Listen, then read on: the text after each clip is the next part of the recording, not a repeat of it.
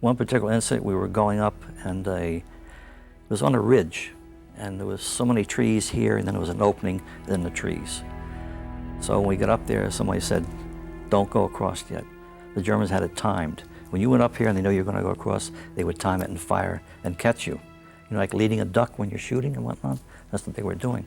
So you get up there in a hurry and then stop, and then go. That threw them all off. So these are the things that you had to learn to stay alive.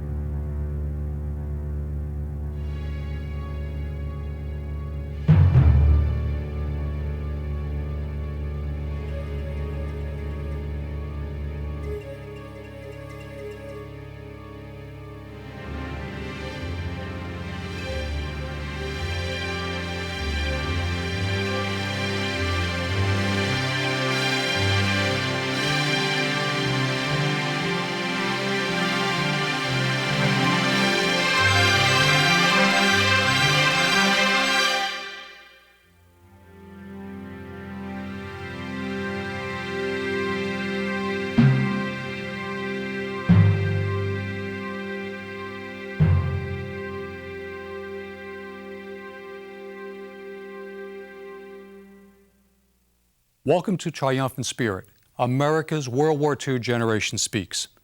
This program is a series of broadcasts featuring the stories of a generation that fought and won the Second World War. No matter how they fought the war or where, on the home front or the battlefield, each veteran featured on the program contributed valiantly to a victory that changed the 20th century. Here are their stories in their own words. They are stories of actions and deeds that not only helped shape the outcome of the war, but the very world we live in today. Star, you were drafted into the Army in 1943 at the age of 19. Can you tell us how you and your family felt about being drafted at this time of your life? I'll give you a little bit of history. I was born in Depression days, 1924. I'm 77 years of age right now. We came from the have-nots. My father died when I was 1 year and 5 days old. My mother had got hit on a bicycle on Highway 35 with a car, and it busted her all up to start with.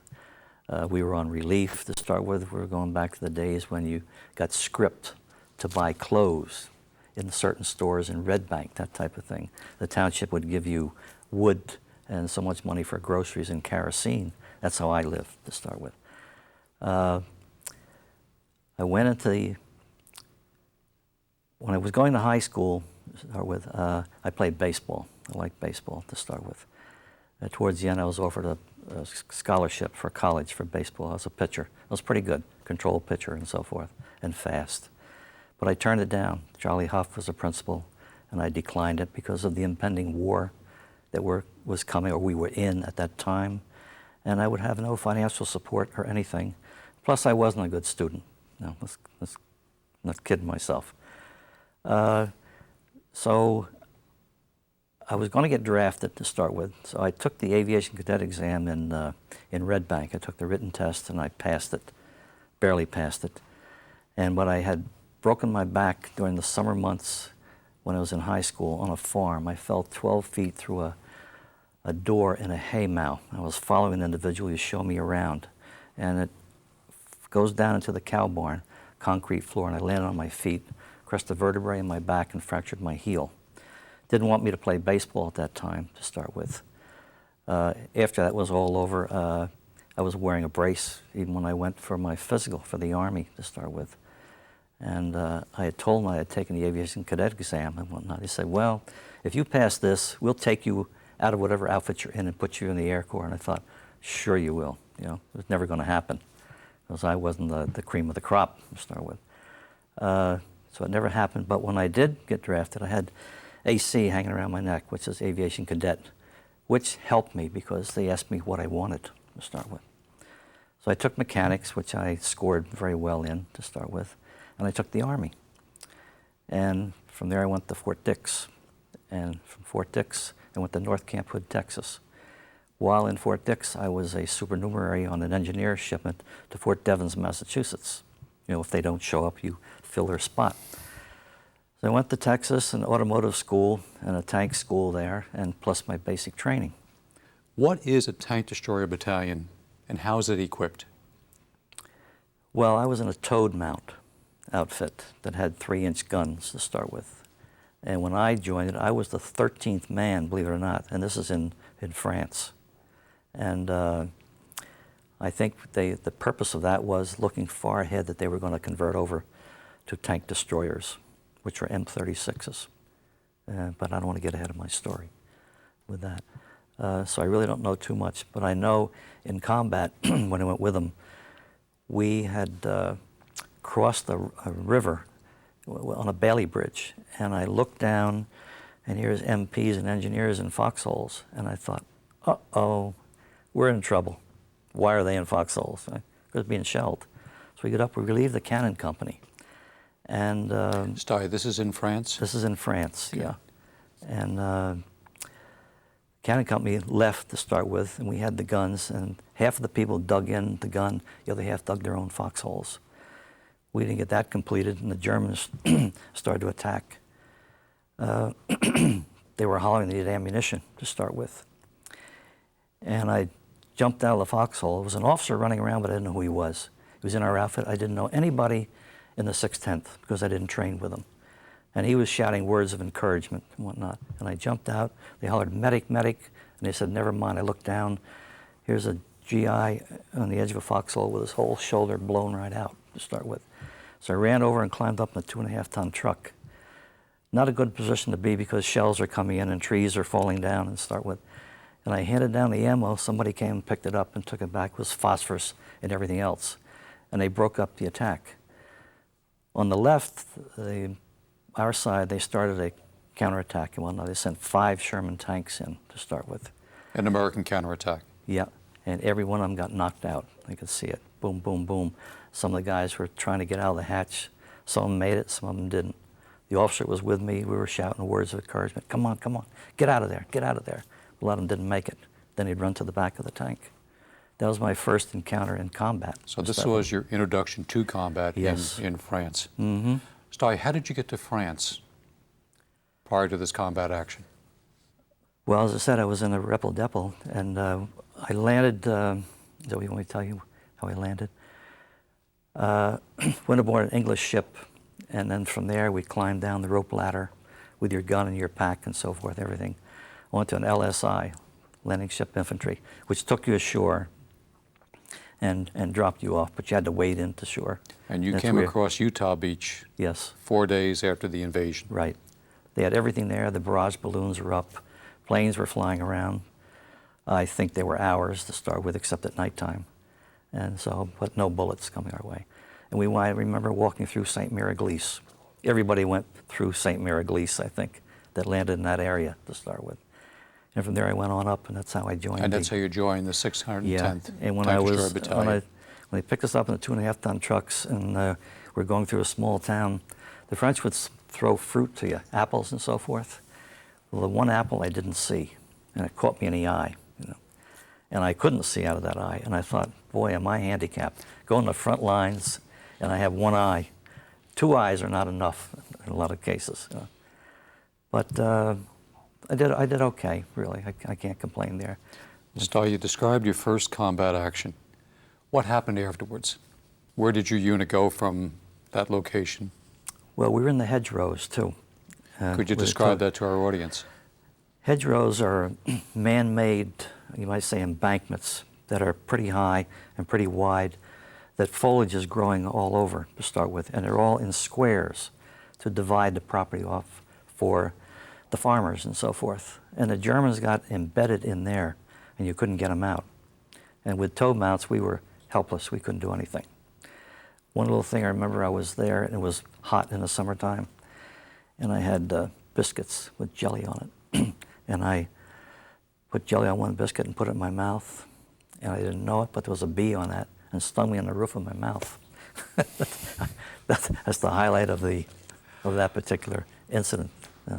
Of the hedgerows to start with. Anyway, we got out of there, and I don't know exactly where we went. I had shown you a map of our travels to start with.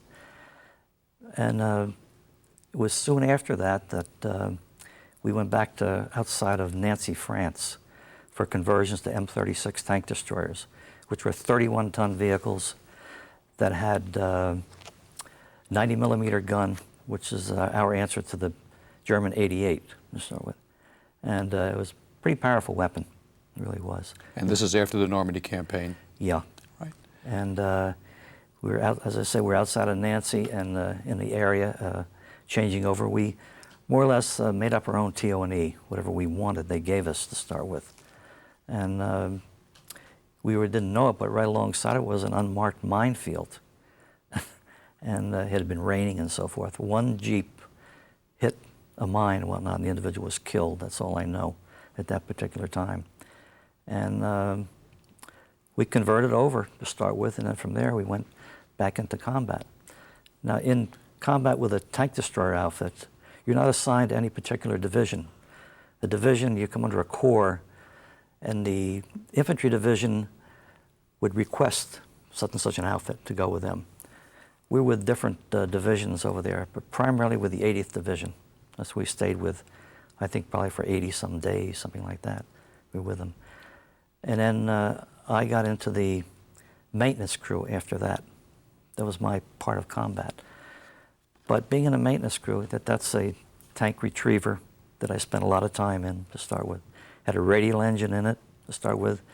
Every day I had to go out and crank it to turn the pistons around, for if the oil and gasoline settled in the bottom cylinder, it would blow the jug out, and then you're in big trouble. And I did a lot of traveling in that vehicle to start with. Stuy, this picture was taken in France? That, I believe, is in France. Exactly where, I can't tell you. You know, a lot of guys kept diaries and wrote everything down. We were always taught, do not keep any records, because you get caught, you're aiding the enemy, you know, which would in turn hurt your side, probably get some people killed. So I never wrote anything down, and that was one mistake I made, because I figured I'm going to get killed. Why do all this? You know, which was wrong. And I didn't have a camera most of the time either to start with. So I lost out on a lot of history, you might say, as far as I'm concerned. Stuy, after Nancy, where did your unit go?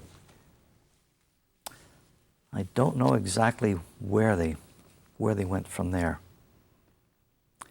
But being in a maintenance outfit, it's very difficult to keep up with them, because they're constantly on the move. And you have to know where they're going, and you got to keep moving with them to start with. I remember one particular time we're moving out. Well, the outfit moved out, and we had to bring up the rear and hurry up. There was a long way we could go to catch up with them. We didn't want to do that. It was a railroad trestle over this large ravine. You know, wooden poles, well, not uprights keeping it up. We wanted to ride across that. So we went down and checked the bottom, make sure it wasn't chopped off or damaged and whatnot. And I drove that tank retriever across that with the grousers and so forth hanging over the side, and with an individual guiding me as to go across. I never drove a tank before, but whatever you have to do, you did to start with. And I got across. And if I ever fell, I wouldn't be here. It'd be like being in a tin can, you know, being bounced all around. But those are the things that you had to do, you know. You didn't question it, you did it. There's nobody else going to do it for you, you know. That's your life. Stuy, eventually your unit wound up in the Ardennes region of Germany, Luxembourg, and Belgium. You were there during the Battle of the Bulge. What were conditions like for the ordinary soldier? Extremely cold. Snow was very, very deep to start with. Wherever you could, you try to get into houses and whatnot where you could stay, or a barn or what have you. The TDs were up front. We had to go up and take care of them. They had to have maintenance. They needed gasoline. They needed ammunition. And our captain of B Company, whatnot, demanded they get one hot meal per day to the crews that were up there, you know, which was great to start with. But you also endangered yourself by running up there, probably more so than the individual in the front line, because they could see movement, and that's what they fired at to start with. One particular incident, we were going up, and it was on a ridge, and there was so many trees here, and then there was an opening, and then the trees. So when we got up there, somebody said, don't go across yet. The Germans had it timed. When you went up here and they know you're going to go across, they would time it and fire and catch you. You know, like leading a duck when you're shooting and whatnot. That's what they were doing. So you get up there in a hurry and then stop, and then go. That threw them all off. So these are the things that you had to learn to stay alive. My objective going over there was to stay alive, not to get killed. You know, I was there to do a job, and being dead wasn't going to help. And I intended to come back. I really did. I didn't do a lot of things that would be detrimental to my health. You know, not that I'm that smart to start with, but there's certain things that you don't do. As an example, we're moving one time in a column to start with, and there was some engineers in a Jeep trying to get back to their unit. They passed us on the right-hand side, which wasn't clear to mines. They hit a teller mine, blew the Jeep up in the air, blew them out of the air and whatnot. Of course, it killed them. And it knocked their combat boots right off their feet and whatnot. To look at them, you didn't think there was anything wrong with them. But the boots, you know, lace up here, and then they have leather straps. Took them right off their feet, and they were still intact. That's what concussion does to you, to start with. And another time, we're in a column, and we came across some infantry. Offered them a ride. Some were reluctant to ride because we made too much noise. Noise attracts artillery. And when you're out in the open, you don't want artillery. There's no place to hide, to start with. But they did get on. They rode with us and whatnot. A German observation plane. It looked like an L-5. It wasn't a German Storch. Storch has a long landing gear and so forth. I knew what that looked like. Looked like maybe one of our captured planes, that they had captured, rather. And they got to the tail and they dropped the bomb. But they missed the last tank destroyer and didn't hit the guys. I instinctively jumped up in the tank retriever and grabbed a .30 caliber machine gun and fired at them, but I missed them. Very disappointed, because I knew if I hit them, I could bring them down.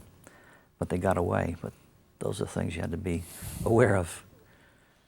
Stuy, during the Battle of the Bulge, you were just describing some of your most memorable moments. If you had the opportunity to write home about them, what would you write? Oh, boy. What would you say to your family? Well, I've been extremely lucky. I'm still alive, to start with. I haven't been wounded, to start with. I'm grateful for this. I'm glad I'm part of this, this great army, the Third Army. Why would you say that, Stuy? Well, because I had so many buddies alongside. We're all fighting for the same thing, to start with. That was to get this over with and get back home. One day didn't mean much compared to another. Every day rolled into the next. And you were there to do your job. You didn't complain, to start with. And you had many different things that you had to do, to start with. You can't say, well, I'm a mechanic, that's all I'm going to do. You did any and everything that was required of you. Yeah. Stuy, when you were there, did you ever hear about the Malmedy Massacre?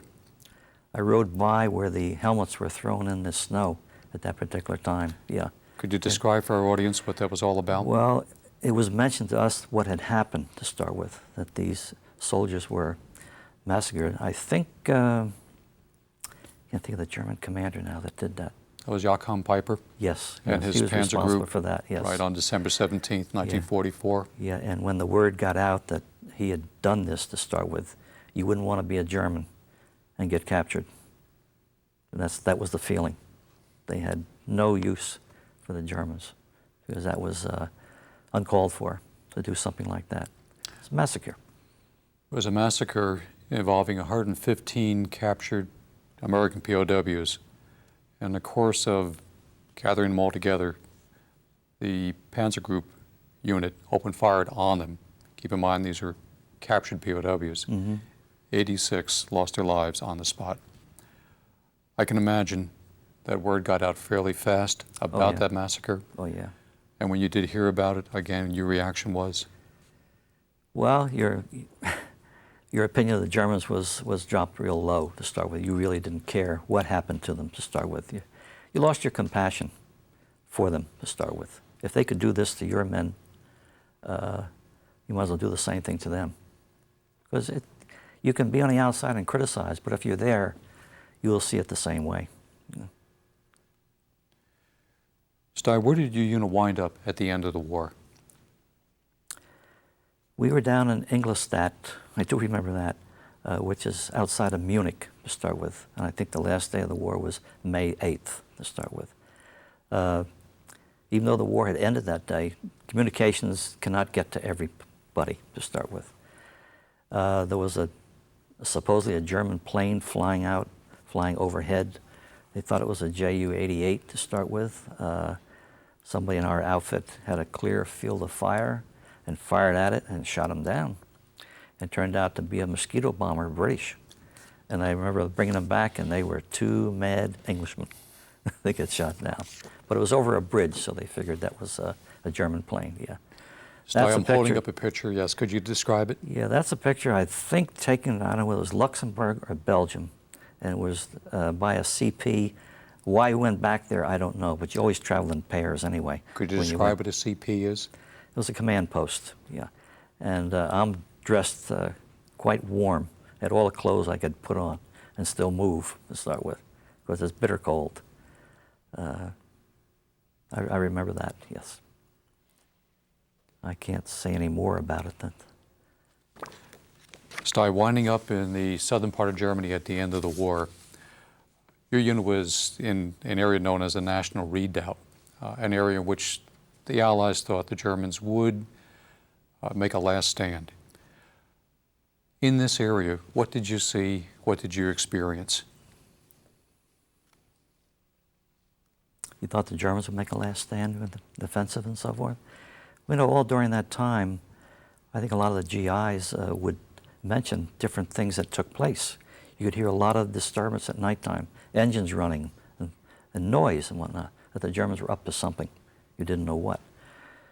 But if you read your history and so forth, you knew that headquarters really didn't pay any attention, the intelligence portion, to what was reported and whatnot. And then hence you had the breakthrough. And if it wasn't for some of these GIs and these outfits and whatnot, they'd have gone through, passed through with. You know, they always say the little guy there sits in the back that wears the glasses, you don't hear from him. He's the guy that pulls you through. That's about what it is. He was there when you need him, and you never thought he was there. So you can underestimate people a lot. When in southern Germany at the end of the war, what was your opinion of the Germans that you encountered? I didn't see too many of them to start with. I've seen them marched off to prison camps and whatnot. Some things I can't tell you. I won't tell you that took place. Stein, why did you make that comment? Well, some things are not for publication. Put it that way. Stein, as you look back at it all, what would you consider to be your most memorable moment during the war? I think down in Ingolstadt, when they said the war was over, that was great to start with. You know, I'm going back a little bit, back in December, had a lot of dogfights and so forth, airplanes and whatnot. And around Christmas time, I was watching I think there were P-38s and Me-109s having dogfights. And I was outside and watching, and then I thought, I'm crazy standing out here. You know, they're shooting at one another. Those shells carry a long distance to start with. You could have your name on it to start with. But I saw some pilots bail out, and I heard ground fire, and I could see the individual in the parachute just go limp. So he had been hit. They were shooting at him when they were parachuting down. Was it an American pilot or was it a German pilot? American pilot. An American pilot. Yeah. Mm-hmm. So, of course, you read any Air Force stories and so forth. They got word of that. They didn't like that at all to start with. So they would really go after the Germans with a vengeance for something like that, because that's not right to do that. Stein, you mentioned your most memorable moment. What was the worst moment of the war? I think the first time in combat. That's an experience that you've never had before. And to go into combat and see individuals being killed. And I think, too, seeing 2.5-ton trucks loaded with dead GIs that were picked up by graves and registration people. Here they're piled like cordwood on the top. Gives you a bad feeling. I felt terrible when I saw that. all human beings that are wasted to start with. Bad scene. With all this in mind, how did your experiences in the war change your life? You know, I look back to start with, and before I got out of the service, I thought, what in the world am I going to do when I get out of the service? I'm not trained for anything. What can I possibly do? I wanted a house to start with, and I thought, how am I going to buy a house? I don't have any money, only what I saved in the service. I did save a couple $1,000s to start with. That was one of my big worriments to start with. But when I got out, I took advantage of the GI Bill, and I went to school for mechanics, automotive to start with. Got a job in a Buick agency, because when the war ended and I got out, December 20th, I went out right away because I figured these GIs are getting out of the service by the hundreds, and they're going to take my job. So I went out and I did get a job. And the government paid you so much money, and the employer paid you so much money. And then you went to school, and you got $100 towards tools and so forth. The GI Bill was great. It really helped me out. So I'm thankful for that. Sty, after getting out, did you ever talk to people about your experiences in the European Theater of Operations? Can you tell us why? I think you wanted to get that all behind you to start with, and I think that my own personal feeling was, you started telling people what you had seen, what you had gone through, they'll say that's a lot of baloney. You're making it up. So you didn't talk about it. Secondly, when you were discharged from the service, you were told, forget everything you saw and everything you heard. And that stuck with you. And I was discharged at Fort Monmouth, New Jersey. And that's what's happened. Now we're in year 2001, and you are talking about it. Can you tell us what changed your mind between then and now? It's probably you feel proud of what you have done, to start with, where you have put this country. Don't ever forget that American flag, to start with, what you fought for. This may be a country that has a lot of faults to start with, but it's the best country in the world. You wouldn't want to live anyplace else. And don't give up what you fought for. And don't forget about those individuals that lost their lives fighting for this country and that flag.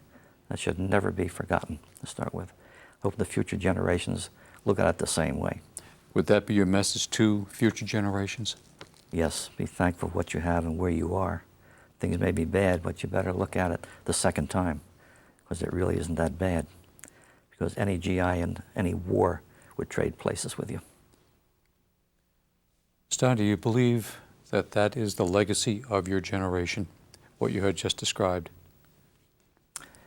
Yeah, I think so. I think they had the ability to start out with nothing, went into the service and whatnot, made the best of it, fought, helped win the war to start with, came back home and rebuilt the country. And I think that is quite a legacy, I think. And I don't think they want any honors for it, really. Just don't want people to forget what they went through.